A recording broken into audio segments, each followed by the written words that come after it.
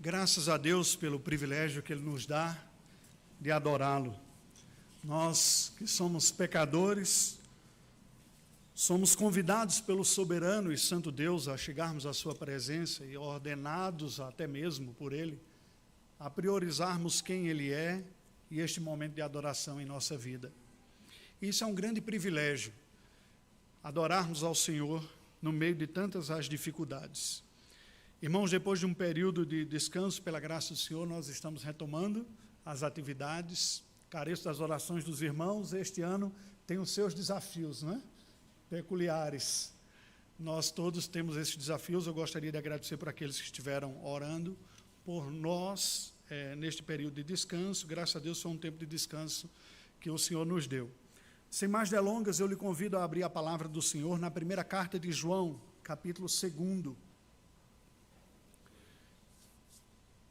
Nós vamos ler os versículos de 15 a 17, que serve de base para a ministração da palavra do Senhor nesta manhã. 1 João, capítulo 2, versículos de 15 a 17. Assim nos diz a palavra do Senhor Deus. Não ameis o mundo, nem as coisas que há no mundo. Se alguém amar o mundo, o amor do Pai não está nele. Porque tudo que há no mundo, a concupiscência da carne, a concupiscência dos olhos e a soberba da vida, não procede do Pai, mas procede do mundo. Ora, o mundo passa, bem como a sua concupiscência. Aquele, porém, que faz a vontade de Deus, permanece eternamente. Vamos orar ao Senhor. Deus bendito, tua palavra acaba de ser lida neste instante. Suplicamos, Senhor, o teu favor. Pedimos a iluminação do teu Santo Espírito, pedimos o teu auxílio. Ajuda-nos, ó Deus, neste momento que vamos ouvir a tua palavra, a ministração dela. Dá-nos, ó Deus, a graça de sermos assistidos por ti, porque somente com a tua assistência é que a vida e os resultados redentores da tua palavra serão percebidos por nós. Santo Deus, a tua palavra não volta vazia, mas a nossa necessidade é que ela produza em nós frutos de graça, de renovação, de transformação, de purificação. E para isso nós pedimos a assistência do Senhor, em nome de Jesus. Amém. Estes versículos, embora sejam conhecidos, tratam de um dos temas, um dos aspectos mais difíceis de serem devidamente compreendidos e postos em prática. Qual é o evangélico que nunca sentiu dúvidas e nunca viu opiniões diferentes acerca de qual deve ser o procedimento e o relacionamento do cristão com a cultura ao seu redor? As denominações cristãs pelo mundo afora e ao longo do tempo se dividem sobre qual deve ser a ética, a maneira como os cristãos se relacionam com o mundo ao seu redor. É muito recorrente entre os evangélicos a expressão cuidado com as coisas do mundo. Mas a compreensão do que seriam estas coisas malignas que estão no mundo não é de tão fácil percepção. Existem comunidades que assumiram uma postura evasiva, fugindo da sociedade, vivendo isolados, isso desde tempos imemoriais, desde os dias da antiga aliança, mas passando pela época do cristianismo, não apenas na idade antiga, mas a idade média, como até a idade contemporânea também. Pessoas que, estando presentes na sociedade, não sabem como viver bem na sociedade. Outros capitulam e dizem: o que importa é a fé dentro do coração, onde eu esteja, com quem eu esteja, o que esteja fazendo, não há problema nenhum. Bem-aventurado é aquele que não se condena naquilo que faz. Ainda cita este versículo e diz: então, todas as coisas me são lícitas. Há pessoas que olham para atividades simples do dia a dia como se fossem atividades essencialmente malignas. Alguns condenam a prática de esporte, outros não fazem uso da virtude bíblica, da temperança ou do domínio próprio, mas assumem uma postura abstêmica sobre tudo aquilo que possa, porventura, vir a se cometer um excesso. Afinal de contas, o que é que há de maligno neste mundo que merece, da parte do autor bíblico, uma advertência?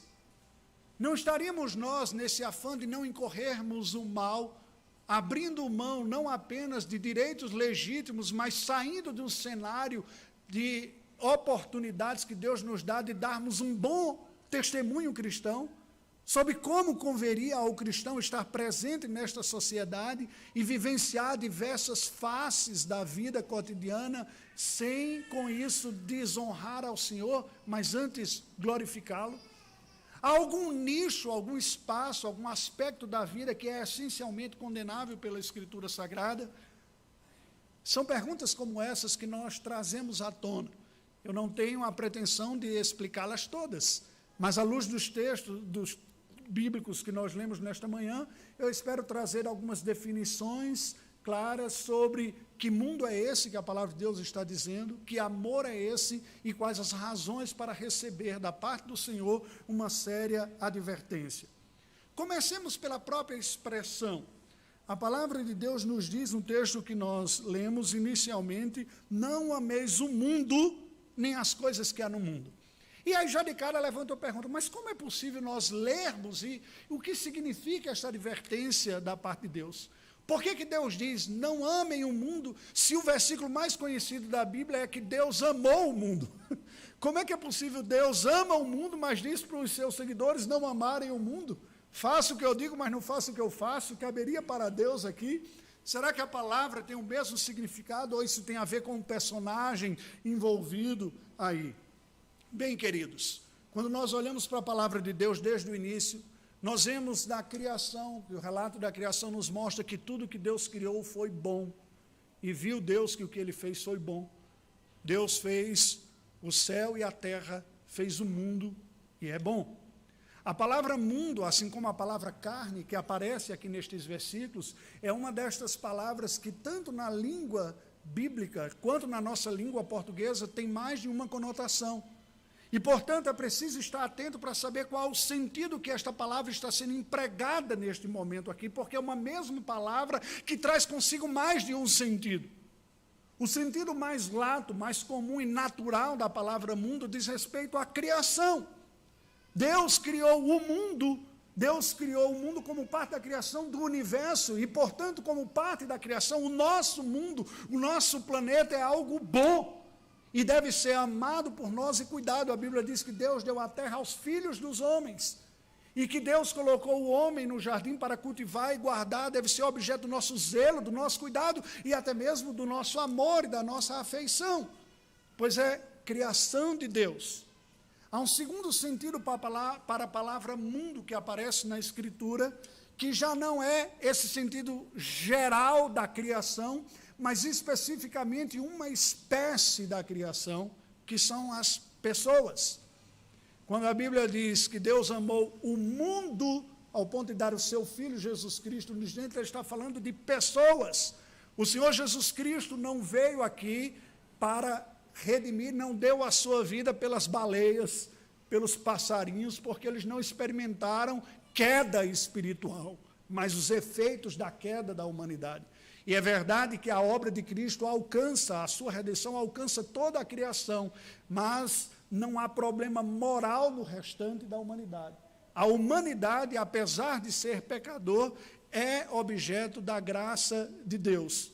Portanto, há outros versículos bíblicos que, quando aparece a palavra mundo, está falando de pessoas. E aqui, mais uma vez, é preciso ter cuidado, porque nem sempre significa todas as pessoas, mas simplesmente pessoas. Em algum caso, todas, e outro, algumas. Como nós usamos. Nós dizemos, por exemplo, que saímos com os nossos amigos, ele diz, e para onde vocês foram? Foram muitas pessoas, diz, rapaz, todo mundo foi para a festa. É impossível 7 bilhões de pessoas ir para uma festa, não é? Quando nós usamos a expressão todo mundo, nós não estamos dizendo literalmente cada um dos habitantes do planeta Terra, mas estamos usando no sentido que os portugueses preferem dizer toda a gente, exatamente para diferenciar da totalidade do mundo. Aqui no Brasil, nós dizemos todo mundo, em Portugal, eles fazem questão de dizer toda a gente, porque todo mundo seriam todos os habitantes mesmo. Mas há um terceiro sentido da palavra mundo, que é não apenas o planeta, a criação, não apenas às pessoas, mas a um outro sentido, que é um sistema maligno de oposição a Deus. Portanto, um produto humano, veja que vai se afunilando de toda a criação para pessoas desta criação, que podem ser todos ou um grupo, e agora um produto das pessoas desta criação que estão em rebelião contra Deus. Este é o sentido maligno e condenável da Escritura Sagrada para o mundo, as paixões do mundo e as coisas deste mundo.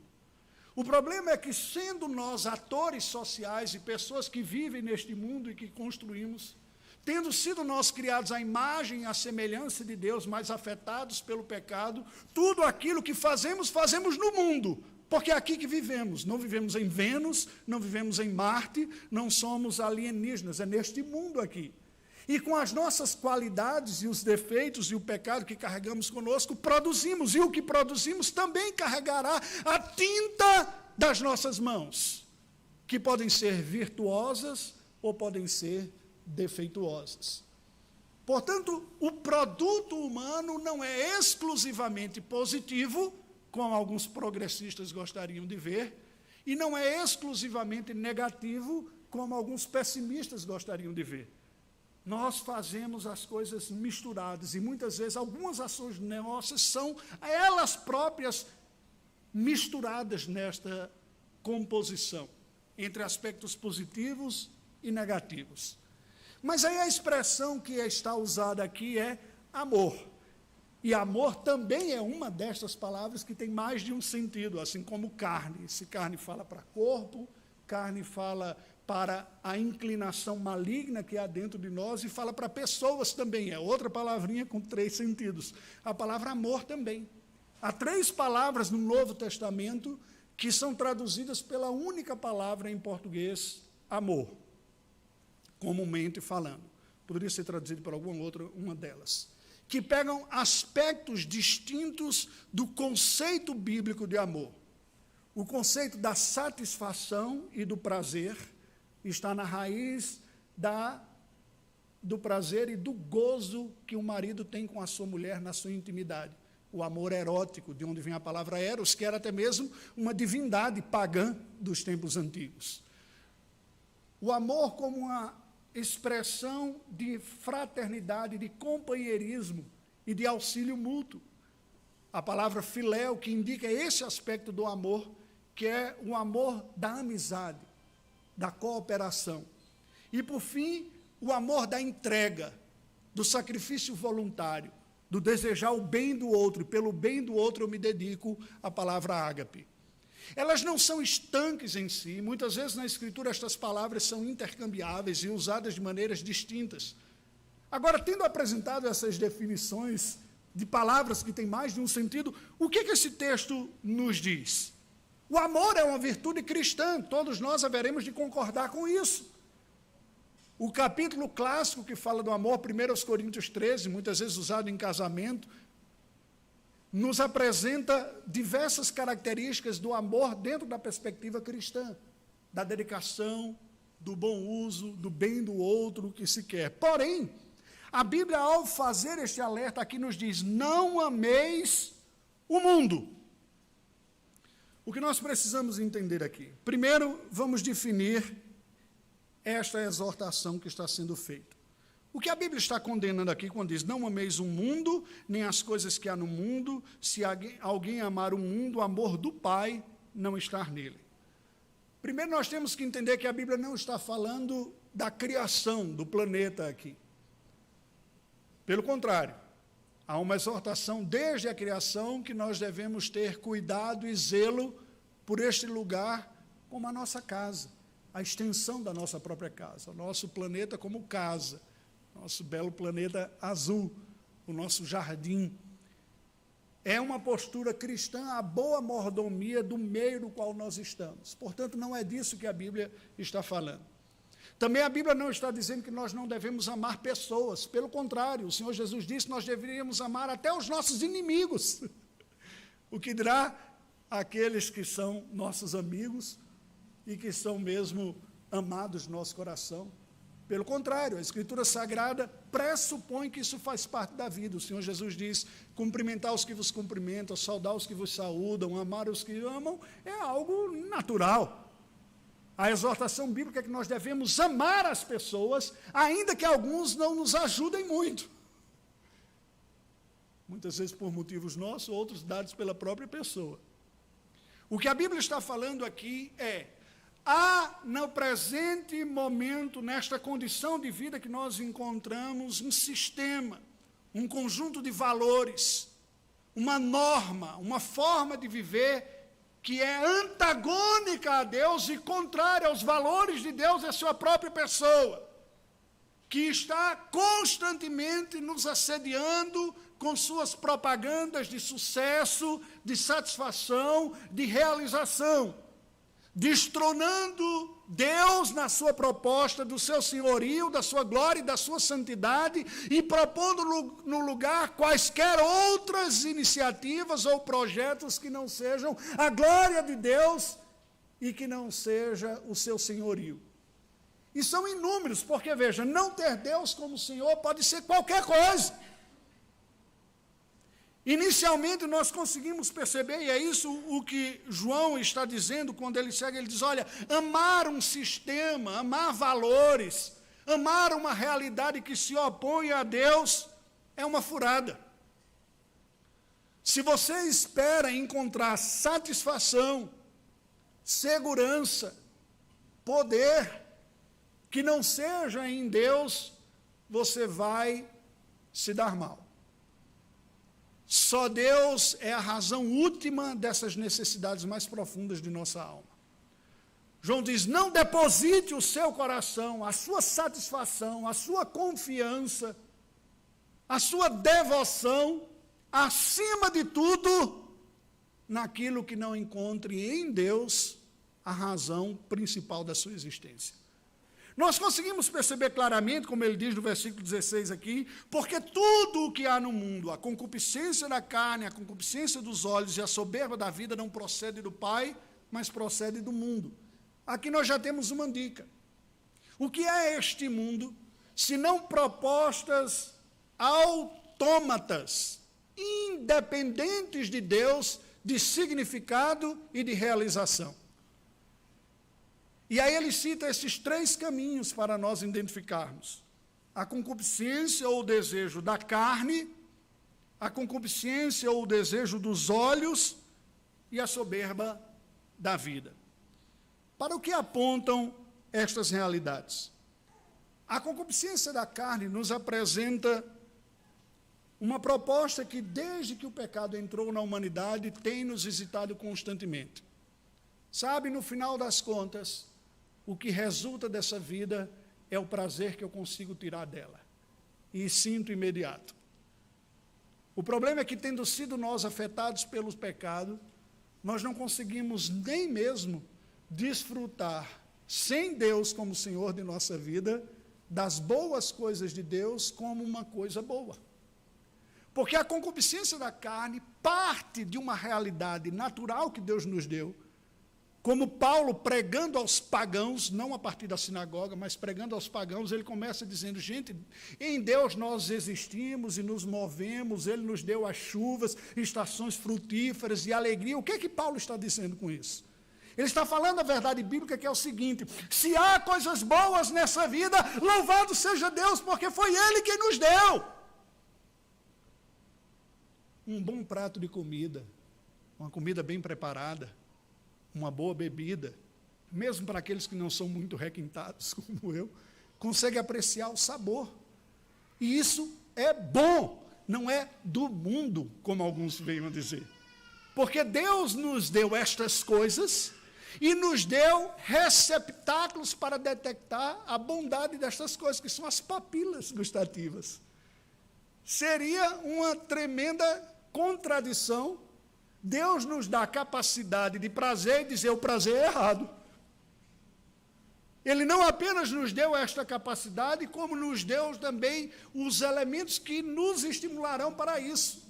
O problema é que ao entrar o pecado, nós perdemos de vista Deus como a fonte destas coisas e passamos a olhar para estas coisas intermediárias que são demonstrações da bondade e do poder de Deus como sendo um fim em si mesmo.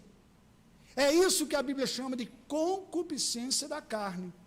É quando eu faço desses elementos que são pequenos recados da parte de Deus, da sua bondade e do seu poder, como Deus dizendo, olha como eu te amo e como eu sou generoso para com você.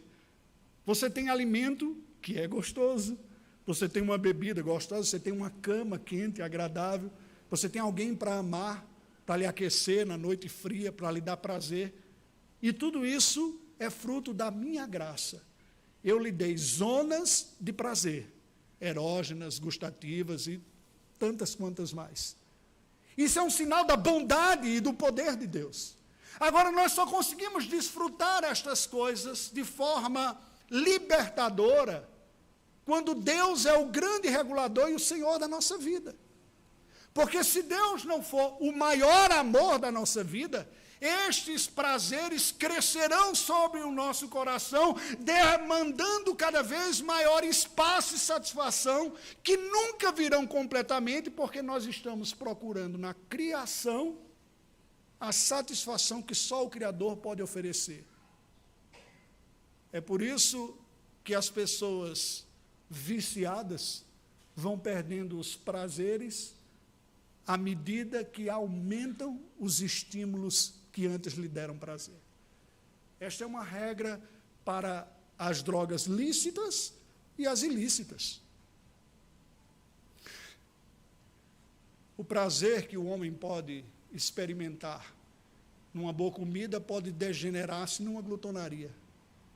O que ele pode experimentar numa boa bebida pode degenerar-se numa embriaguez. O que ele pode experimentar na intimidade do casamento, uma vida imoral. E veja que aqui não se trata da questão da responsabilidade. Somos adultos, é consensual. Sim, é um pecado consensual. Eu concordo com você que a gente vai pecar. O que Deus está dizendo é isso, é tão bom e tão poderoso que eu reservei para o vínculo mais profundo que um homem pode ter com uma mulher, que é o compromisso de aliança até que a morte os separe. Essa é a lógica bíblica. Quem experimenta isso? Quem tem Deus regulando. Quando nós não somos regulados por Deus, nós somos regrados pelos prazeres. E aí não dá conta. Isso é a concupiscência da carne. É o prazer imediato governando a vida da pessoa. O segundo nível está sendo dito aqui, que é a concupiscência dos olhos. Se o da carne ele é mais superficial, ele diz respeito ao estímulo direto que eu recebo na minha própria vida, a concupiscência dos olhos tem a ver com o sentido, com o valor atribuído. É aquilo que me ressalta aos olhos, que me chama a atenção. Eu digo, se pelo menos eu tivesse. Tem a ver com posses, tem a ver com status, tem a ver com sentido atribuído. Se o primeiro é sentido percebido, o segundo é sentido atribuído. A concupiscência dos olhos é aquilo que faz com que você não consiga se alegrar com a promoção do outro. A concupiscência dos olhos é aquilo que nos leva a cometer o pecado da inveja. Eu vejo um bom sucesso na vida de alguém, ao invés de me alegrar com ele, eu fico com inveja. E facilmente eu consigo achar as críticas e os motivos porque aquela pessoa não deveria ter recebido aquilo lá. O que lhe fascina a alma e o coração? O que você acredita que, se tiver, a sua vida vai ser muito melhor? O que você acha que, se você passar a experimentar, a tristeza, a apatia ou o desânimo da sua vida vão embora? Aí está a concupiscência dos olhos.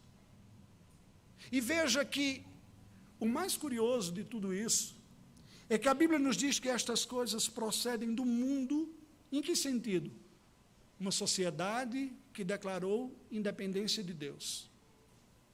Como evangélicos, nós muitas vezes somos superficiais nesta avaliação.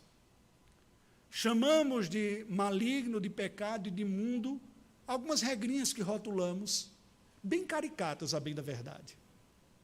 Tomar certa coisa, comer certa coisa, dizer umas palavrinhas lagartixa, né? O jogo da velha. E não conseguimos perceber que coisas legítimas podem se tornar objeto de nossa concupiscência. O solteiro desesperado por casar, ou a solteira que se vende como uma mercadoria porque quer um produto de consumir, se entrega por alguns botões, facilmente. A aspiração à ascensão profissional e econômica, o desenvolvimento, é algo legítimo, mas quando se torna a razão da minha própria vida, ela se torna a concupiscência dos meus olhos. Eu durmo pensando na prosperidade ou nos frutos que ela poderia me dar e acordo pensando em como alcançá-la. Ter uma boa família, que é algo mais cristão do que isso, pode se tornar um ídolo pecaminoso. Eu quero desfilar diante da sociedade para receber os louvores em como eu tenho uma boa família cristã e piedosa. Me elogiem para a glória de Deus. Veja como, para a glória de Deus, eu sou um bom exemplo. E aí você percebe, quando as pessoas ouvem o louvor, que nada, como está dizendo, elogie mais, né? Por fim, João diz, a soberba da vida. E aí entra num nível mais profundo. Não é a carne, não é o valor atribuído, mas é o coração do espírito do mundo, que é o orgulho, a autonomia, a prepotência. Queridos, eu gostaria de dizer que isso não é um problema para nós, ou para mim. Mas a verdade é que mesmo pessoas nascidas de novo continuam lutando com isso. Nós precisamos recorrentemente, e eu preciso recorrentemente me lembrar de que Deus é o Pai das luzes, em quem não há sombra de variação alguma, de onde vem toda a boa dádiva e todo o dom perfeito. Se alguma virtude há, se algum louvor existe, veio das mãos de Deus. É por isso que o apóstolo Paulo, a escrever sobre isso, diz, por que te glorias como se não tivesse recebido?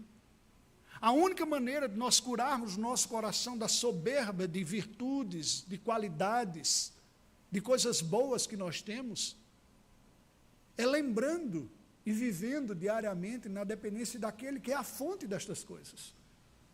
Quando eu reconheço que toda virtude e toda qualidade que desenvolvo veio da parte de Deus, não há espaço para soberba em meu coração. Porque eu entendo que, como mordomo que sou, tudo que tenho veio da parte do Senhor. Inclusive aquelas virtudes das quais eu faço parte, como construtor delas. Se eu não percebo isso, o meu coração se torna altivo. E é fácil perceber isso porque as pessoas que perderam de vista a glória de Deus, o amor a Deus acima de tudo, mas estão profundamente focados na sua determinação em produzir virtudes, se veem superior àqueles que não as têm. Não são poucas as pessoas que fazem uma avaliação superficial, por exemplo, da condição social alheia, do desfavorecido, e diz, está assim porque é um preguiçoso. Está sofrendo porque está colhendo o que plantou. O que essas pessoas perderam de vista é que Deus é a fonte de toda boa dádiva e todo dom perfeito. João continua explicando, e no versículo 17 ele faz uma advertência. Ele diz, ora, o mundo passa, bem como a sua concupiscência. Aquele, porém, que faz a vontade de Deus permanece eternamente. A lembrança de João aqui é clara. Diz, os valores da nossa vida devem ser pautados, e a interpretação do que é bom e mal deve ser pautado pela eternidade, por quem Deus é. Aquilo que é objeto de desejo, mesmo os legítimos, nós temos que nos lembrar que são efêmeros como são efêmeros na nossa vida. É efêmero como é efêmero na nossa vida. A maneira, queridos, que eu tenho usado na minha vida, e que tem me auxiliado a desenvolver piedade nesta área é abraçar o conceito de mordomia. O que sou? Sou mordomo das coisas que Deus me deu, todas elas, quer sejam materiais, quer sejam sociais, quer sejam intelectuais, seja qual for a categoria. O que tenho, tem Deus como fonte. Se nós percebermos isso, nós estaremos, pela graça do Senhor, mais capacitados a resistir à tentação de ser fisgado pela armadilha do que é efêmero e passageiro, por tributar a ela o valor que só a Deus deve ser dado, que é o valor último, final. Somente quando amarmos e amamos a Deus acima de tudo, nós temos condições de desfrutar os legítimos amores. E quando nós entendemos isso, nós somos libertos daquela regrinha infantil do isso pode, aquilo não pode. Do que eu posso tocar e o que eu não posso tocar. Porque é o governo de Deus que me qualifica. E como respondeu Chesterton, certa vez, quando interrogado sobre a sua ética, ele diz, a Bíblia fala de domínio próprio. É este o critério.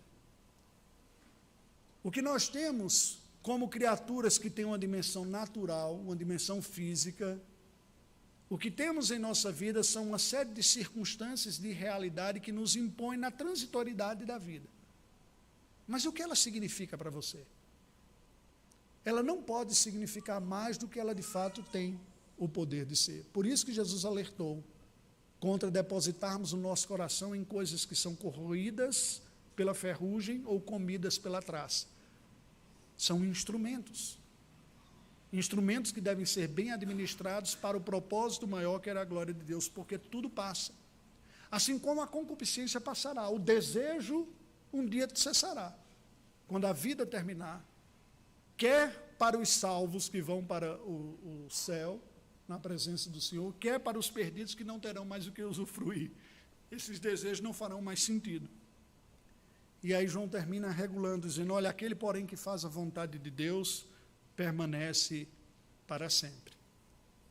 Como eu vou saber como não amar o mundo? Amando a Deus em primeiro lugar.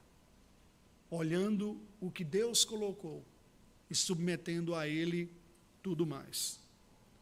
Para concluir, querido, eu gostaria de lembrá-los que diante dos desafios de tantos amores que o nosso coração abriga, nenhum de nós é capaz de resistir a todas as tentações, em níveis os mais distintos possíveis. Só um foi capaz, que foi o nosso Senhor Jesus Cristo. E veja que essa sequência dita por João foi precisamente a sequência que Lucas escreveu da tentação de Cristo. Exatamente nesta ordem. Mateus apresenta a tentação também, mas com uma pequena alteração de sequência. Lucas apresenta na mesma. Jesus é levado pelo Espírito ao deserto para ser tentado pelo diabo. E depois de 40 dias e 40 noites jejuando, o diabo diz, olha, se tu és o Filho de Deus, transforma essa pedra em pães. Concupiscência da carne. O desejo de satisfazer uma necessidade física. E Jesus rebateu, nem só de pão viverá o homem, mas toda palavra que vem da boca de Deus. Concupiscência dos olhos, tudo isso te darei se prostrado me adorares. Mostrou todos os reinos deste mundo. O Senhor Jesus diz, só ao Senhor teu Deus adorarás e a Ele prestarás culto. Servindo ao Senhor Deus, eu posso ocupar o cargo mais poderoso da terra e continuarei limpo de coração e acessível. Mas quando não é Deus o governante, a pessoa pode ser um miserável e ainda assim ser orgulhoso, cobiçoso.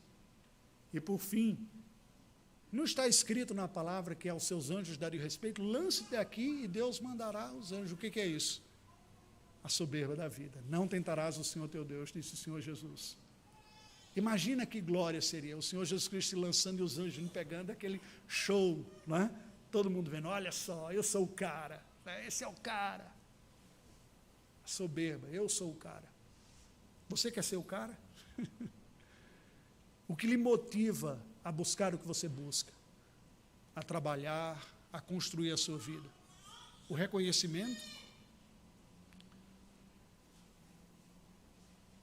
Se você tem encontrado dificuldades em alguma área da sua vida, eu lhe chamo a esta manhã buscar aquele que venceu as tentações completamente em seu lugar. Porque ele, tendo vencido, tem poder e força suficiente para lhe capacitar a enfrentar estas tentações. Quais são as suas lutas? Concupiscência da carne? Concupiscência dos olhos? Soberba da vida? Em que você tem lutado? Deus te chama para uma graça e uma excelência que só Ele, em Cristo, pode lhe oferecer. Curva a sua cabeça, vamos orar ao Senhor. Ó Deus bendito, nós te rendemos graças pela Tua palavra. Te louvamos porque Tu nos encheste de tantas coisas boas. Pela Tua bondade, pela Tua provisão. Entretanto, Senhor Deus, nesta manhã confessamos que devido ao nosso pecado, nós muitas vezes nos enrolamos na administração aqui da vida. Perdemos o domínio próprio, nos entregamos à busca de prazeres e satisfações com o propósito de preencher o sentido, a razão e a satisfação da nossa vida naquilo cujo propósito é nos levar para Ti. Ó Deus, nos perdoe. Nesta manhã nós queremos Te render graças pelo Teu Filho Jesus, que foi tentado em todas as coisas, mas sem pecado. Que tendo enfrentado todas as tentações e resistido, ainda recebeu o castigo de culpa que não era dele, mas nossa. Nós te louvamos por isso e apelamos ao teu Filho Jesus nesta manhã, que a virtude da presença santificadora, que a obra do teu Filho Jesus se aplique à nossa vida, dá-nos graça e luz do teu Espírito para percebermos quais são as concupiscências, os desejos, quais são os males que têm gritado em nosso coração, que têm tentado nos seduzir. Ajuda-nos a percebê-los. Precisamos da iluminação do teu Espírito para tal. Há tantas coisas que passamos a idolatrar, acreditando que sem elas não conseguiremos viver. Mentira de quem foi cegado pela escravidão espiritual. Como teu Filho nos alertou, tão pouco nos é necessário. Ajuda-nos, ó Deus, a depositarmos a nossa confiança em Ti. Não em nossas habilidades ou nas habilidades de outros. Não em pessoas ou circunstâncias. Ajuda-nos, ó Deus, a encontrar o prazer e a satisfação em Ti, acima de tudo. Para que assim saibamos desfrutar os outros prazeres sem sermos escravizados por eles. Na medida boa, agradável e leve. Ajuda-nos, Senhor Deus, a olharmos para Ti como Deus, glorioso, Senhor, poderoso, e assim sabermos dar toda honra e glória ao Senhor, para podermos dizer com sinceridade, honestidade de coração, convém que Ele cresça e que eu diminua, e que toda honra e toda glória pertencem a Ti.